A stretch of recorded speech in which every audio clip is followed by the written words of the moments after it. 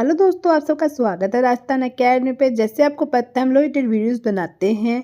हम लोग आज बात करने वाले हैं एलएलबी के अंदर जो सेमेस्टर एग्ज़ाम होने वाले हैं उसके प्रैक्टिकल फाइल के बारे में। जैसे आपको पता ही है इस साल से सेमेस्टर सिस्टम ऑन कर दिया है, तो सेमेस्टर से रिलेटेड जो भी आपके डाउट है और जो भी क्वेश्चन है वो हमारे चैनल पे आपको मिल जाएंगे। तो आपने चैनल सब्सक्राइब नहीं कर रखा है तो चैनल सब्सक्राइब जरूर कर लीजिए। चलो स्टार्ट करते हैं आज का वीडियो।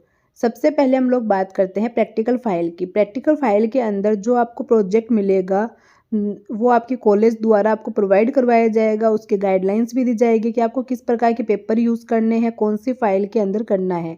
तो जिस भी कॉलेज में जो गाइडलाइन रहती है उसको फॉलो करना पड़ेगा। चलो अब लोग हम फाइल बनानी स्टार्ट करते हैं। सबसे पहले फाइल के अंदर इंट्रोडक्शन आता है। जो भी टॉपिक आपको कॉलेज द्वारा प्रोवाइड करवाया जाता है उसका आप इंट्रोडक्शन देंगे। आप उसको साधारण शब्दों में बताएंगे कि भाई क्या होता है और कैसे होता है। फिर उसके बाद में इंट्रोडक्शन देने के बाद में क्या करेंगे, आप इंट्रोडक्शन के अंदर उसकी हिस्ट्री लिखेंगे, कब से लागू हुआ, किस कारण से लागू करना पड़ा, वो सब चीज़ आप इंट्रोडक्शन में देंगे। एग्जाम्पल के रूल पे हम लोग कॉन्स्टिट्यूशन का एक मतलब लेते हैं। उसके अंदर हम लोग फंडामेंटल राइट्स लेते हैं। तो फंडामेंटल राइट्स कब से लागू हुए, इनको क्यों लाया गया और फिर उसके बाद में इसका क्या उपयोग है और इसको क्यों उपयोग में लाया जाता है, ये सब चीज़ आएगी। फिर इसके बाद में आएगी जो आपका मेन कंटेंट है प्रोजेक्ट का टॉपिक, वो आपको लिखना है। तो फंडामेंटल राइट्स है हमारा, तो इसके अंदर कितने फंडामेंटल्स राइट दिए हुए हैं, फंडामेंटल राइट्स का मतलब क्या होता है, वो सब चीज़ आप इसके अंदर एक्सप्लेन करोगे अच्छे से। हमने इंट्रोडक्शन में बता दिया उसकी हिस्ट्री वगैरह, तो इसको एक्सप्लेन करेंगे और इसको टॉपिक वाइज डिवाइड करेंगे। इसमें सारा फंडामेंटल राइट्स आएंगे आपके। ठीक है, अब इसको आपने एक्सप्लेन कर दिया। तो अब इसके बाद में फंडामेंटल राइट्स से रिलेटेड काफ़ी केसेस है। तो अब इनमें काफ़ी केसेस में से आपको कम से कम 5 केस लिखने हैं। हर टॉपिक में ट्राई करें कि कम से कम आप 5 केस लिखें कि इसके कारण ये चीज़ लाई गई, इसके कारण ये चीज़ हुआ। तो वो सब चीज़ आपको इसके अंदर बताना है। अब फंडामेंटल राइट्स को आपने एक्सप्लेन कर दिया, आपने केस लॉज दे दिए। केस लॉज को आप शॉर्ट में लिखना कि वो 3 से 4 पेज के अंदर आपके आ जाए, हाईएस्ट 5 पेज मान लीजिए। ठीक है, फिर इसके बाद में कंक्लूजन कि आपको क्या समझ में आया इसका, वो आपको आपके वर्ड्स के अंदर आपको एक्सप्लेन करके लिखना है। तो ये कम से कम 1 पेज का तो होना ही चाहिए आपका।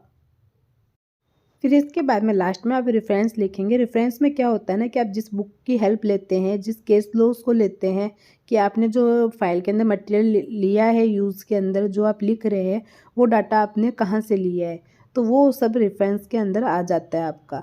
तो अब हम लोगों ने देखा कि क्या क्या टॉपिक रहेंगे हमारी प्रैक्टिकल फाइल के अंदर। अब जो सबसे मेन है वो है मेन कंटेंट प्रोजेक्ट का। तो उसको आप जैसे मैंने आपको बताया उसका मीनिंग लिखना है आपको। अब मीनिंग लिख दिया, उसके बाद में उसकी विशेषता, भाई अर्थ हो गया, उसकी विशेषताएं हो जाएगी, उसको क्यों लाया गया वो अपन ने पहले इंट्रो में लिख दिया है।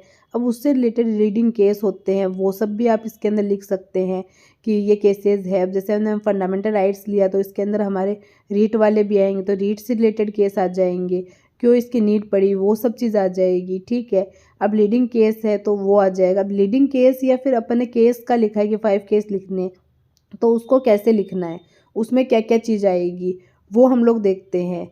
तो देखिए, कोई भी केस लेते हैं तो उस केस का पूरा नाम, उसकी डेट, फिर केस का जो इशू है उस इशू को बताया जाता है उसके अंदर, और फिर वो कब अप्लाई हुआ, मतलब उसका मतलब निष्कर्ष क्या निकला, उसका फैसला क्या आया है, उसको कब से अप्लाई किया गया, वो सारी चीज़ केस लॉस के अंदर लिखी जाती है।